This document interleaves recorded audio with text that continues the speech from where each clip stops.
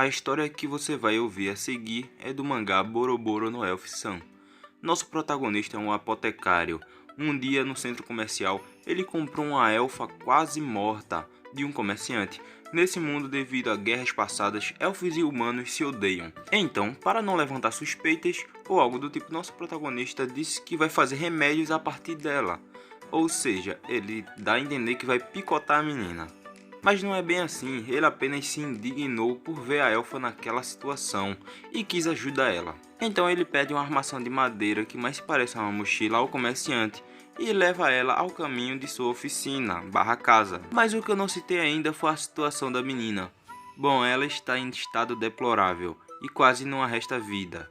Cicatrizes por todo o corpo, hematomas sérios, braços e pernas apodrecidos, orelhas bem machucadas, sem visão alguma, órgãos internos em má situação e mais algumas coisas. Sua casa por ser muito longe, então o protagonista decide acampar.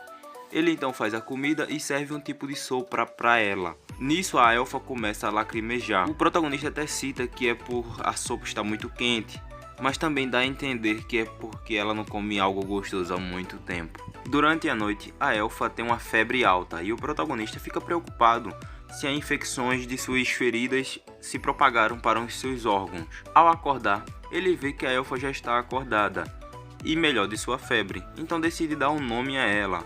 Hizuri, a partir de agora esse é seu nome, pelo menos até você conseguir falar ou se lembrar do seu nome original. Enfim, eles retornam à oficina do protagonista e ele decide dar um banho nela, já que ela não pode fazer por si só. E ao fazer isso, ele consegue ver com clareza quão horríveis são aquelas cicatrizes. A mão do protagonista começa até a tremer de raiva, mas no momento, tudo o que podia fazer era apenas passar uma pomada na pele dela, para que as cicatrizes amenizassem. Ele então pede para uma amiga que mora próximo umas roupas usadas para que ele pudesse dar à sua paciente.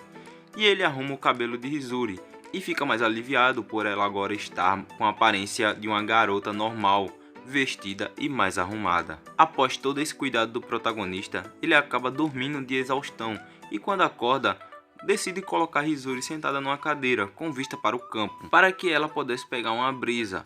Após sentir aquela calmaria, Hizuri começa a se acabar no choro, não sabendo o porquê do choro, que muito provavelmente foi devido a todos os traumas. O protagonista decide deixar ela aliviar aquilo, enquanto ele cuida da horta. E no dia seguinte, o protagonista decide fazer uma prótese dentária para Hizuri, pois alguns dos seus molares tinham sido arrancados no passado. Mas a maior preocupação do nosso protagonista, no momento, é os membros apodrecidos dela. E ele manda uma carta para um amigo dele que é mais experiente nisso, para que ele pudesse analisar a situação dos membros dela. Só que ele não esperava era uma piora repentina nela, onde ela começou a tossir sangue e tendo vários outros sintomas. Foi onde ele desconfiou que ela tinha sido envenenada por alguém, com a neurotoxina de uma aranha obsidiana, que tem uma ação lenta. Num ato de quase desespero, o protagonista usa diversos materiais e remédios para que o corpo de Hizuri expelisse aquele veneno, e ela acaba vomitando um objeto estranho. Logo o protagonista identificou aquilo como uma maldição, e ele ficou muito furioso. Por não só terem envenenado ela, também colocaram a maldição, para que ela morresse como um lixo e que ninguém se importasse.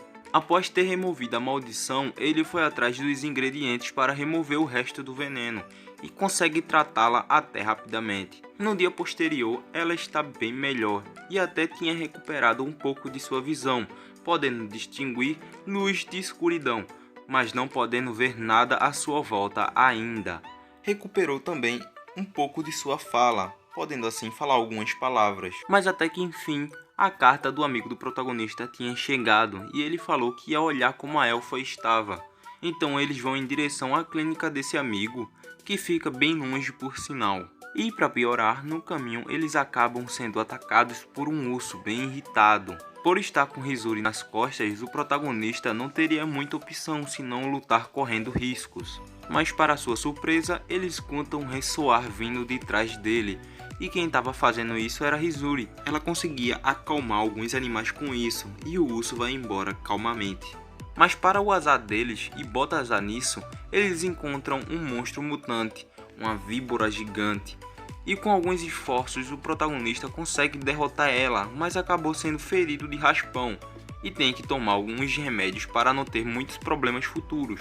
Após enfim chegar na cidade que tem um portão de teleporte, ela o pergunta por que ele é tão gentil com ela, e ele apenas responde que também já foi salvo por alguém assim como ela. E então, no dia seguinte, ele começa a subir a montanha de neve, pois o seu amigo mora lá em cima.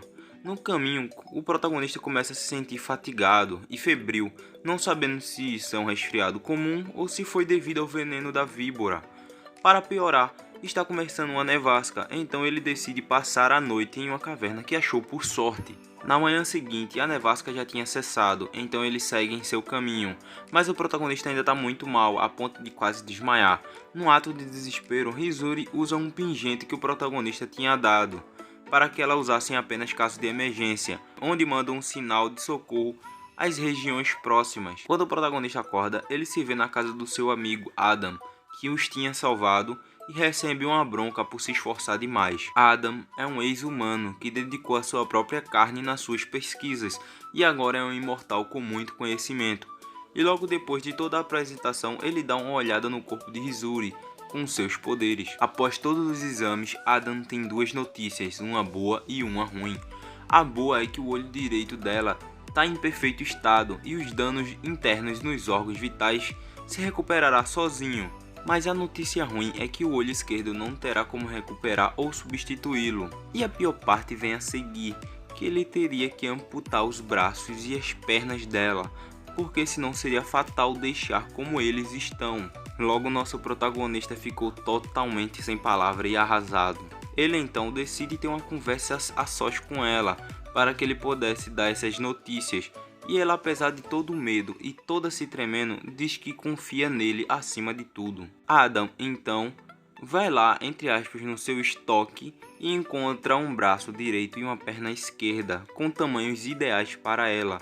E a cirurgia começa, mas com toda a habilidade de Adam, tudo ocorreu muito bem. Logo depois de algum tempo, Hizuri acorda e o protagonista se desculpa dizendo que provavelmente a cicatrização vai doer.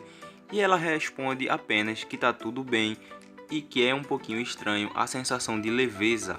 Eles então decidem ficar um pouquinho mais com Adam para que não ocorra nenhum risco e para que Hizuri se recupere um pouco mais. Adam pede para ter uma conversa particular com Hizuri e ela logo aceita. E ele, sem muito rodeio, vai direto ao ponto, dizendo que viu que suas partes íntimas estão bem danificadas, mas que não era impossível de curar. Mas ia ser um procedimento muito arriscado. A conversa não dura muito e não sabemos o desfecho dela. No dia seguinte, o protagonista decide voltar para sua casa com Hizuri. Adam dá um objeto mágico de presente para o protagonista, que mais se parece com uma moto voadora, e ele disse que foi do antigo salvador do protagonista. O protagonista obviamente aceita. Ele e Hizuri agradecem a Adam por tudo que ele fez e vão a caminho de casa. E o nosso protagonista está muito feliz por Hizuri estar quase que completamente recuperada. E aí pessoal, quer a parte 2 desse vídeo? Curta, comenta e se inscreva.